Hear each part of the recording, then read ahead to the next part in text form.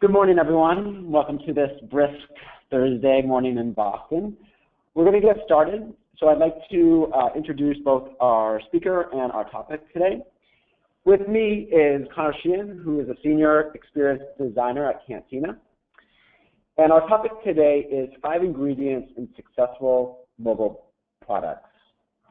And we're going to talk about a few different things, but specifically we're going to talk a bit about the mobile market maturity, as well as the recommendations that we would make to someone who is either leading a mobile project or about to start one. And Connor will kind of go through in detail each of the 5 ingredients that we here at Cantina think to be kind of the essential pieces that someone would need to be able to launch something in the marketplace today. So a few announcements before we begin. Feel free to ask questions at any point in the presentation. You'll be able to post your questions in the control panel through gotomeeting.com. We will try to answer them in the presentation, but we'll definitely have time at the end to answer all the questions that come through. We are also recording this webinar, so it will be made available to everyone on the call as well as the slides. It usually takes about a week after today to get that stuff out, and we will be sending an email, so definitely look for that. And lastly, if you'd like to follow us on Twitter, we are using the hashtag mobile5ingredients. We'll be posting some interesting tidbits as well as some of the slides there as well. So with that, I will turn it over to Connor. Hi, everybody. This is Connor Sheehan, Senior Experience Designer at Cantina. I'm also leading our mobile product development offering here at Cantina. So coming from that perspective, I've actually done a lot of work with mobile projects and thinking about what the difference is between certain ones that end up being successful and certain ones that don't. So today I wanted to dive in a little bit into that. So let's start off by just talking a little bit about the mobile world and how it's matured over the past few years. So the development world has matured a ton. You know, mobile in the general sake is I guess rather young, but in the digital sake is actually pretty matured. If you start looking at some of the tools that people have been using, this is just a sample of them. You see things like languages and frameworks. You see things like SaaS services all the way to full-on back end of the service, things like Parse, which unfortunately just got taken down, and things like Mobile Bridge for plugging into larger systems for your back end. But attaining mobile success is still proven to be a challenge. Anyone who's published an app for any reason knows how tough it can be to get people to download and use your app. It's really a challenge, not even just to get it out there and get it into the wild, but then get it on people's phones and get them using it. So let's just take a quick look at some mobile success rates here.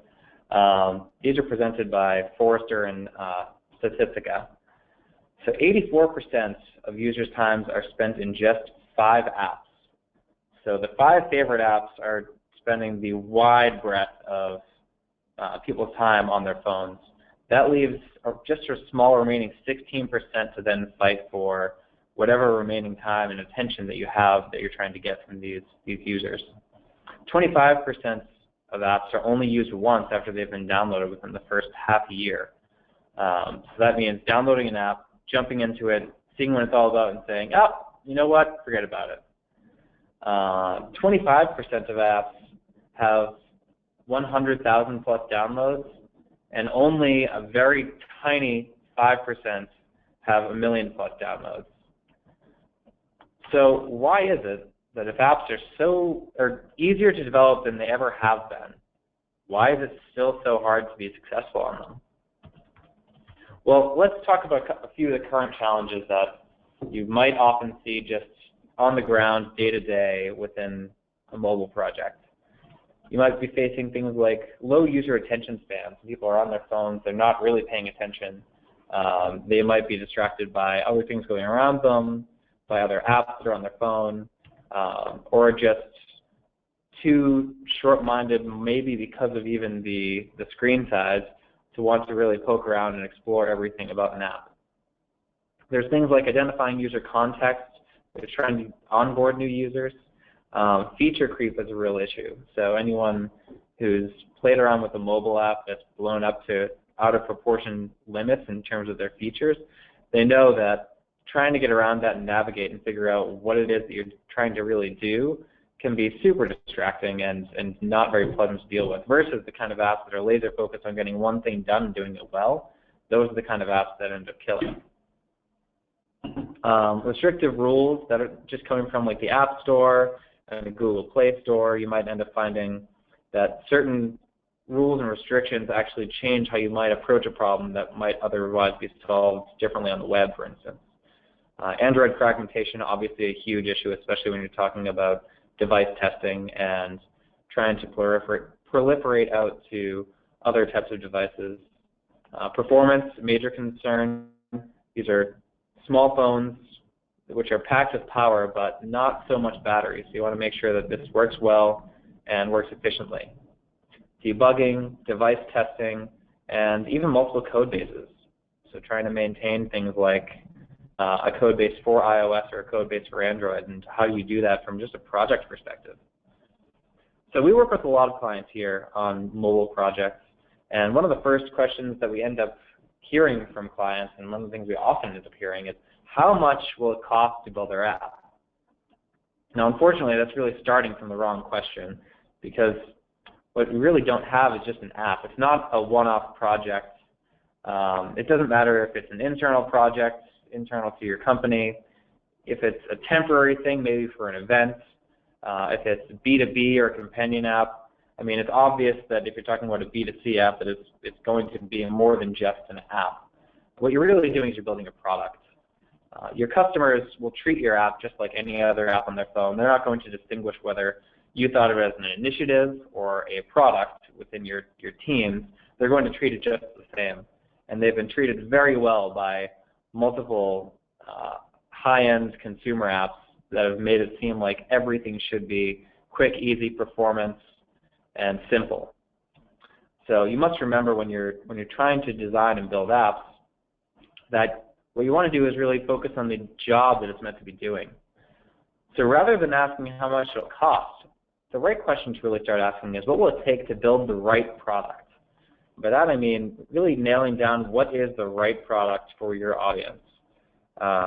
It's really switching to a product mindset. It's different than just thinking of this as a short-term project or initiative, and in thinking about it more long-term. Once you put something out into the App Store, for instance, it's not a one and done.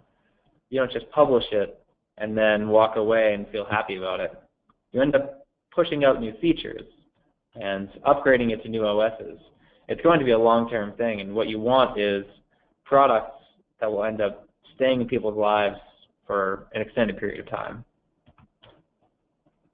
Really, these days it's not simply enough to exist in the mobile space. You must create mobile products that captivate your customers and keep them coming back.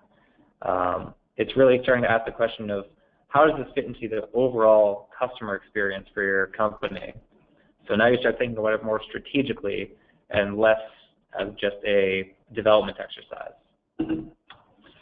So now back to the recipe. The recipe is for a product, not just an app. And what you need to do is bring 5 things to the table. You need process, capabilities, experience, thinking, and people. These, when used together, cook up successful mobile projects. So let's dive straight into them and see what we mean by each one of these. Starting with the first, we all start with steps. It's the first step in trying to approach your app as a product. You need to think of it, again, less as a development exercise, more of a product exercise. So what you need to do is adopt a process geared towards that holistic product development view. So you want to use things like lean and agile methodologies to hypothesize and validate solutions. These methodologies are obviously designed for approaching products. They're designed for longer-term engagements with teams, and it'll start getting out of the app mindset and more into the product mindset. So what you want to do is start promoting learning, making sure you incorporate direct feedback from your users. Really try to develop small, close-knit teams that have a shared understanding on what it is they're building and why they're building it, and what they end up wanting to see from the outset when you when you end up publishing to the app stores. So here's the process that we employ at Cantina for product development. It should look fairly familiar to anyone who's dealt with product life cycles before. What you're really trying to do is start at a high level of big ideas and then confidently hone in to fewer ideas and narrower concepts all the way down to where you have your shippable product. Now this obviously isn't linear, and you can see as you transition from vision to define over to design, you start getting into more iterative work. And delivery, all obviously working in the sprint mindset of trying to iterate and demo and making sure that the teams are constantly trying to make progress on an active end state of the app that you're trying to build. The measurement piece here we'll end up getting to, but that is right after you publish, right after you start releasing things, trying to figure out what did work and what can you feed back into the cycle so that you can then improve the product and continue it into the future. So starting off with vision, what you really want to be doing is targeting audience exploration. So what you want to think is, who is your audience? What do they make up, and what kind of needs do they have? When you start identifying their needs, you start leading to the problem definitions. As you get to those problem definitions, you can start really exploring, why is this an issue? What is the root cause of this issue? And how can we use our best leverage to try to tackle that issue? Then you can set up some KPIs, key performance indicators, and success metrics around how you plan on going about solving this and knowing when you have solved it. And then once you start getting that, now you can only then start ideating on solutions. So you can evaluate them based on your KPIs and success metrics. You can present them to your target audience, and you can evaluate, is this actually a feasible solution to the problem that we have at hand? And is it the best solution that we might be able to approach? Definition. So here's where you really find and target your user needs. So what you want to do is really start validating your features and prioritizing those features, and you start thinking on kind of the less five-year term and more on the shorter term of how can we go about pushing something out right now and what needs to be pushed out right now. This is where you start going a little bit less from the full-on end product to the project. What do we need to accomplish in this short term? This is where PMs are really incredibly useful. So what we end up doing is setting up a roadmap, and maybe even in terms of mobile, evaluating the ecosystems that you might plug into. So what kind of technical and service platforms you're going to leverage that might help solve the problem that you have at hand. Now we start getting into the more iterative type of work. So when you're talking about design, what we really talk about is research-based design approach. So what you do is you start with design hypotheses and then feed them in to get direct user feedback. So you hold customer interviews, you create interactive prototypes and run usability tests. This is where you end up starting to get ideas, validating those ideas, maybe not validating those ideas, and then going on to other ideas. Design sprints are obviously a great way to try to tackle this in the short, quick term. Now, I wanted to touch a little bit on prototyping. Obviously, there's a wide range, and it's an overloaded term these days, but prototypes can really range from paper all the way up to high-fidelity flows and interactions. What you really end up commonly wanting to do in this type of context is using a prototype to answer a question. So the question is something to your users, your audience, around how they deal with a problem or how they might deal with a problem or how they interact with a solution. So what fidelity you need for a prototype is really asking the question, what do I need to get these hypotheses validated? So in mobile, you have the interesting scenario where designers might not be able to write native code. You're less likely to find designers able to write native code than you are for the web, for instance, having designers that can also double as HTML, CSS, even JavaScript. So what you're more likely to see is interactive prototypes not only being used to answer questions and validate hypotheses, but also to demonstrate designs between the designers and the developers. And that communication with development is really critical. What you end up doing is establishing that shared understanding and being able to show ideas and demonstrate them without getting too heavy into documentation and spec. Delivery, using, again, an agile approach, so rapid sprints, making sure that you tie into automated tests and CI, and really focusing on things right up front in mobile that are going to clear your way. So setting up tooling for easy device previews, making sure that your API development is being driven in the back end to actually power the app, and having tech leadership when developing across platforms in parallel. So when you are developing for Android and iOS at the same time in parallel, you're going to have a strong need for tech leadership to make sure that they stay at least close in parity. So maybe not in terms of UI, but in terms of feature set or capabilities. Making sure that when someone downloads the app across both platforms, it shows. It shows that they are the same app, that they do the same things, they accomplish the same needs, even if that might be a slightly different UI or slightly different features between the two of them. When you start getting into measurements, this is, again, after release, and once you have things out in the wild and with a live audience that you can actually get some feedback from. So actually getting that feedback is critical to end up iterating back into the beginning of the cycle and either launching new projects to help with your product or to try to just do refinements along the way.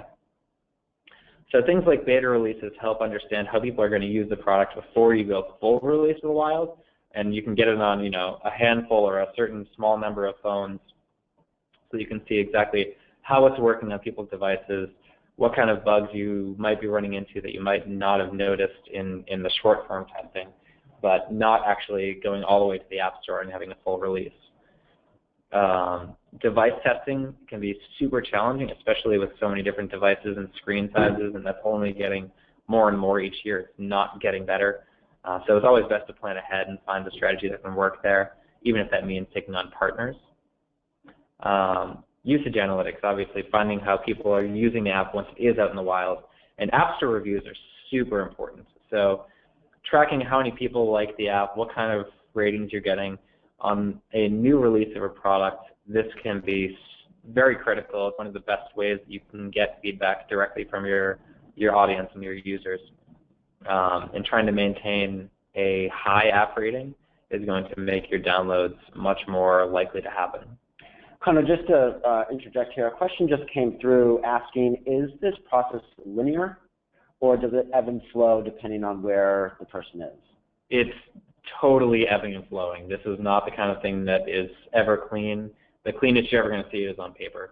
So sometimes you'll be moving from one, like maybe design, and you're maybe moving back to making some different requirements and then back through design. Right. So for instance, when you're talking about design, one of the things that I mentioned that we end up doing is a lot of prototyping and testing. So in doing that, you might end up realizing and finding out that some of your users have no need for one of the features that you decided to design at all. Now you have to go back to the drawing board over a definition, actually figure out what are those stories and how do we then change that and tailor that so that we're not going down the road and spending expensive development time on things people aren't going to use. Great, thank you. So implementing a lean, agile approach will start to get your team into using a product mindset. It should be data-driven, it should be research-based, and these learning cycles will help make you more critical about the kind of features that you want and the kind of capabilities that you want for your app. Capabilities is next. So by this I mean team capabilities. It's really not all just about having your development side in order. It's not just having iOS and Android developers on hand that you can then tap and say, hey, we need to throw out these features and get those to the market. In order to approach it like a product, you're going to need a wider range of skill sets. Now that right mix of capabilities will unlock new opportunities for your product. You can fill in the gaps where you might have fell down before, and you can be more confident when you release to the audience because you know that you're trying to solve the right problem with a graceful performance experience. Just recently, Melissa Perry wrote an article on product management and user experience and was kind of talking about the relationship of the two.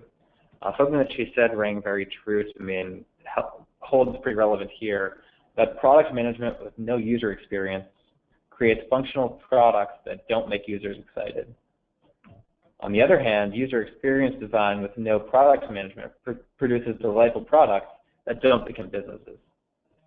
So the same could be said about other parts of the project lifecycle as well. If you have a weak development team, then you end up, without that proper development, creating a product that doesn't work. So what you really need is that full range of capabilities to actually accomplish all the different needs that a product really absolutely has to have. The kind of capabilities we're looking at here, product management, project management, yes, those are two different things, even though we often call them PMs, which can be horribly confusing. Experience designers, mobile development, and back-end development. Now, I want to point out here that we're talking about capabilities, not really roles. So the reason I say that is because these have a bunch of weak boundaries between them, so they end up bleeding through. So for instance, mobile developers and back-end developers, those capabilities can be accomplished by the same person if you have someone who can take on both. Sometimes you only need one or you only need the other.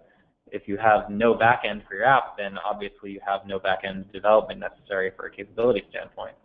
But either way, they should be working together. Same with experience designers and mobile development. So what you end up looking at is not so much the people that you need, but the kind of capabilities that need to be basically covered by your full team.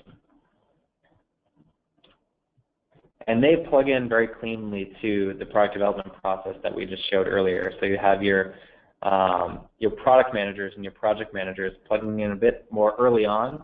The project manager really plugging in throughout to help guide the team. Experience designers helping work through the define design phases, and then obviously your development exercises happening over in the delivery section. Not to say that resources shouldn't be spread throughout. Obviously, maintaining a full team throughout can really help lead to that shared understanding, but these capabilities end up fitting in pretty cleanly within this process. So what should they be focusing on? Product management should really be focusing on maintaining the vision and the feature backlog of the product. So making sure that it stays focused and doing a few things very well. They're going to be really the voice of the user. So like I said, trying to make sure that you don't have that feature creep and make sure that you are really targeting people's short attention spans that they have on mobile.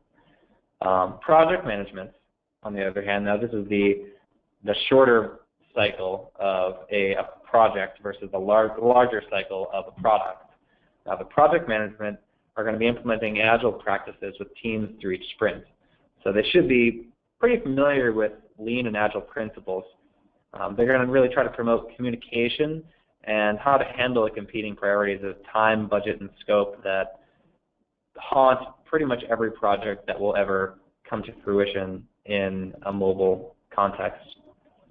Experience design, researching, prototyping, and mobile development and back-end development. Now, mobile development and back-end development should end up working together here. You should be looking for the type of dev that will be able to form an API to make something performant, scalable, maintainable, developing apps that can be continued on to the future. So a fully capable team will be able to take the product from idea to launch without stopping. You want to make sure that you don't have those big gaps within your capabilities standpoint to end up falling through the cracks. So capabilities are great, but they're always best backed up by expertise and experience. So when you have experienced team members on your delivery side, you end up having them working faster. They can be faster to build, they can be faster to iterate, they can be faster to identify the features that your audience are going to love. Now this is super important. Obviously we want to try to get to the right feature set and the right product as quickly as possible. Experienced designers are the type that live for rapid prototyping. They prototype for interfaces, for animations, for flows, for interactions. They know not to get married to any of their prototypes because they're also testing these in the wild as much as possible. And that constant user feedback will more often than not lead to a series of failures. But the more failures that you end up going through, the more you can hone in on what's going to actually work. Experienced designers know that they know their design patterns. They know how to design for each of the platforms without being handcuffed to these different design patterns. On Android, you might have things like material design. On iOS, you obviously have their own design guidelines that end up conflicting directly with what things are doing on Android. So when you have designers working for both of these, they know exactly where to use the rules and where to break the rules. And that's where some of that experience comes into play. Now, when you have experienced developers, they understand the platforms. They're comfortable with their capabilities, APIs, SDKs. They know how to avoid some of the traps. They know, for instance, when to use core data versus when to leverage a more robust solution. Now, that might be a trivial example, but these are the kind of things that if you have new people who are trying to develop your app, you could end up taking some wrong turns very quickly. Experienced developers also can avoid common pitfalls. They know that they can be quicker to debug. They know how to build, make their build systems configured up front and how to set up and lay out their app based on performance from the outset rather than waiting until performance concerns come down the pipe. Really experienced teams know how to avoid feature creep. Again, simplicity is the name of the game on mobile. The number one thing most often mentioned on 5-star app reviews is the word simple. So experienced teams know how to say no to features. They know how to take the few features that should be in there and make them as good as they can be, as simple as they can be, as clean as they can be, and as intuitive as they can be. They're creating focused products, and they're making products that actually serve a need and serve a job that needs to be done by the end user. So an experienced team will close the gap between the product you're building and the product your audience wants. They can end up getting you there faster and getting you there closer to what you end up trying to end up wanting to build. Thinking. So what do I mean when I say thinking? Really, what I'm talking about is innovative thinking. So innovative solutions are a product of innovative thinking. I've already mentioned by now, and you should be coming to the notion of thinking from that product mindset. That's what I mean by thinking. It's really changing the way that you try to approach problems rather than thinking about it as that app mindset that we were talking about earlier. Innovative thinking involves problem solving and breaking down complexity. So we've touched a bit on the problem solving, really the problem identification, and then the generating of solutions for those kind of problems, but we haven't really touched on the complexity quite yet. So the team should be thinking about how to marry the user needs with the business needs. Yes, they need to be empathetic to user needs, but they also have to have an analytical approach. They need to know how to turn this into a business. And that means strategy and customer experience. So a mobile app doesn't just sit as an island on your host of products and offerings out there. It should be married directly into your entire customer experience, your entire customer experience strategy.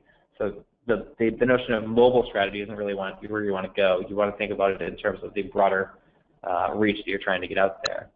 You should be thinking about reducing the product to its simplest form. People don't have the patience to tap around to discover new things about an app or to read a help section. They want to see something clean and simple. How do you accomplish that without sacrificing the usefulness of the app? Often this means trying to figure out how can we take what might actually be apparent simplicity, but on the back end might be real complexity. So you could be using things like push notifications to draw people into the app and having a lot of background activity to actually drive the app when really the main interface is really quite simple. Onboarding helps with much of this simplicity, but you want to rely on it as little as possible. The team should also be thinking about trying to break down technical complexity. So how do you build quality performant apps without getting into a notion of over-engineering?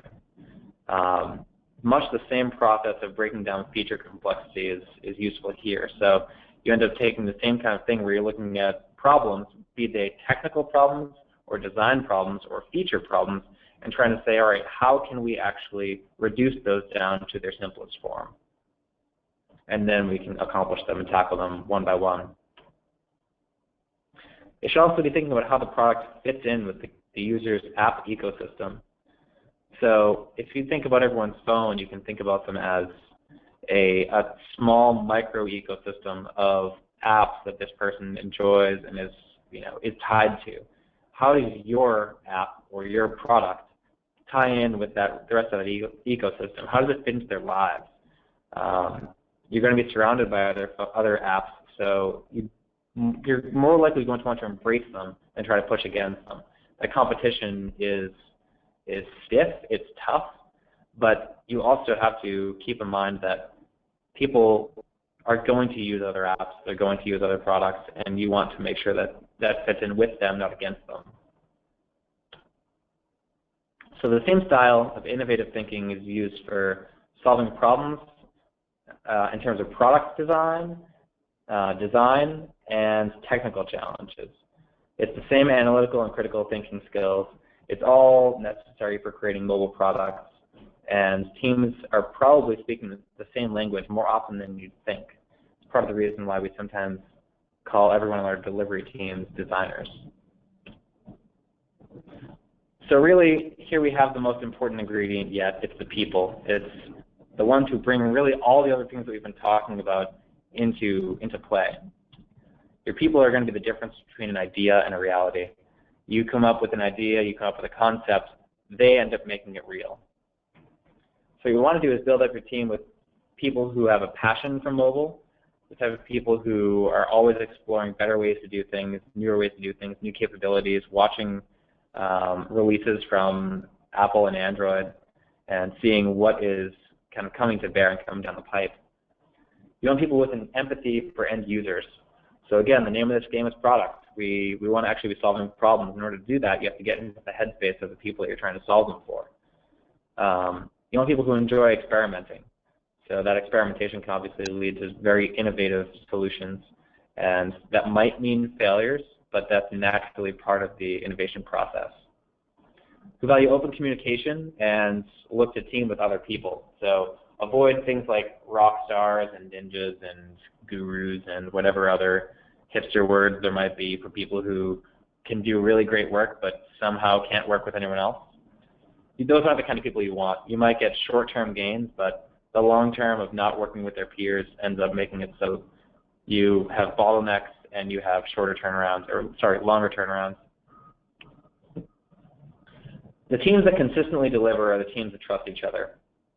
Now, it doesn't matter what kind of project you're talking about here. Any kind of group that trusts each other can work together. They can accomplish great things. Establishing trust can be difficult, but it should be a top priority. One of the best ways to establish trust is to just finish projects. But it's part of the reason why small cross-functional teams can work so well, and why I've been bringing this notion of team structure up so much throughout the course of the talk here. And I mentioned this just a little bit earlier. Embrace everyone in your delivery team as a designer. So like I said, it's the same style of innovative thinking used by the full team, and everyone has a hand in designing the experiences that your audience will end up having with your product. Whether that's designing in the classical sense, meaning visually, laying out the features that will and will not make it into the product, or optimizing, for instance, a checkout screen for the best performance. That's all going towards one cohesive end user experience. And that user experience isn't going to be differentiated in terms of who did it and who chose these things. It's all going to be done, it's all going to be taken in the same way. So it's all designing, and it all comes together to the final experience. Your team should embrace the fact that they all share ownership of that experience design. If the people working on your products don't stand out, then your product won't stand out. Ultimately, you really want to be proud of your people and make sure you give them opportunities to grow, opportunities to experiment, opportunities to learn. And the more you encourage that, the more that you'll end up having, the more likely you'll be to have a better product. So to try to tie things in here, what you want to do is increase your likelihood for success by focusing on the full recipe. Obviously, mobile products are super challenging. Competition is very stiff, but you want to focus on thinking about it like a product rather than like an app. So you need the 5 things: process, capabilities, experience, thinking, and people. If you lack any one of them, you'll end up following up the recipe. So you want to make sure you fill any of those gaps that you have. So for instance, if you're maybe not super tight with your process, try to codify the parts of your process that work well and those things that could improve. Start small and work your way up. So try to pick a couple of things that you know work really well on projects, make sure you do them more often, and then highlight the things that haven't worked well and try to figure out how can we make sure that that doesn't happen in the future. If you need to improve on your capabilities, try to expand your team to include more diverse resources. So if you don't have a product manager, try to hire someone that can really be that voice of the user and try to think about the full vision of where the product's going to be going. Experience, that's most easily tackled by working on more mobile projects. Even if it's small experiments or internal tools, things that you can just try to kick out the door and really practice your process and improve on their capabilities. Thinking is really around studying up on principles and practices necessary for mobile product development.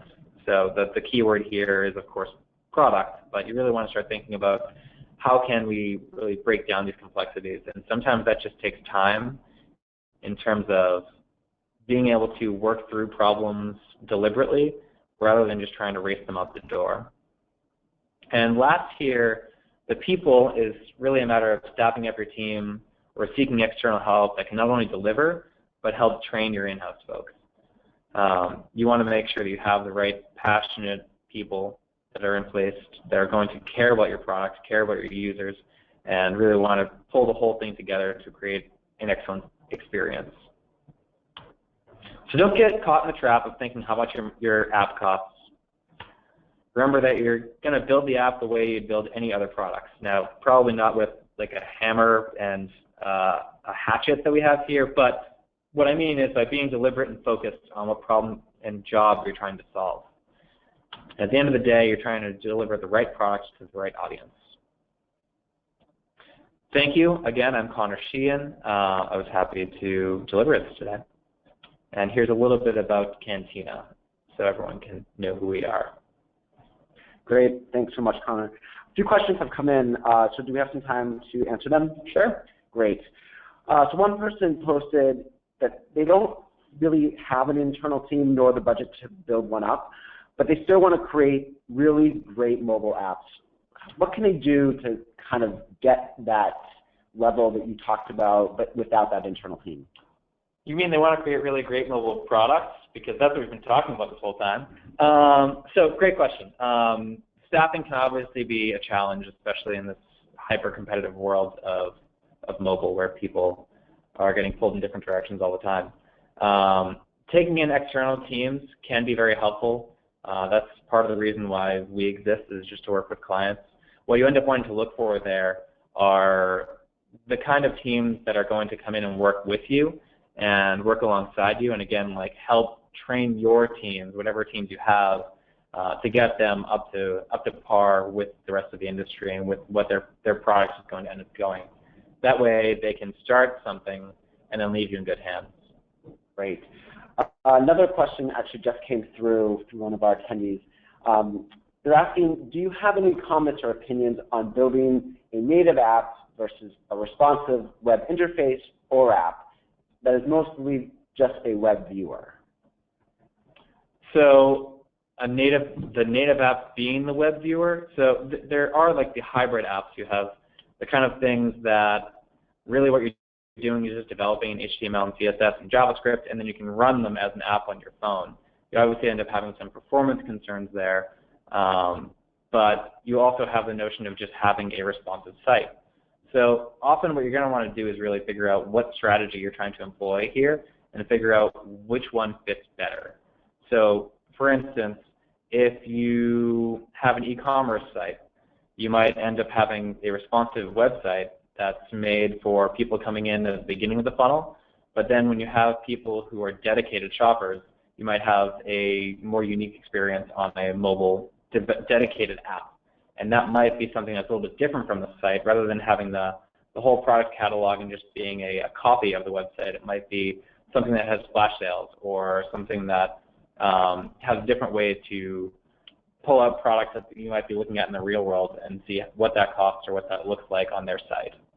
And so I would imagine maybe analytics play a little bit here, where you can kind of maybe determine what your traffic looks like and maybe an option that would be better. Would that be a correct assumption? Yeah, analytics might be a good place to start, but ultimately you want to, again, think of it as a job. So go to your audience, get direct customer feedback, and figure out in what context would they be looking for using a mobile app, and in what context would they be looking for using something like a mobile responsive site.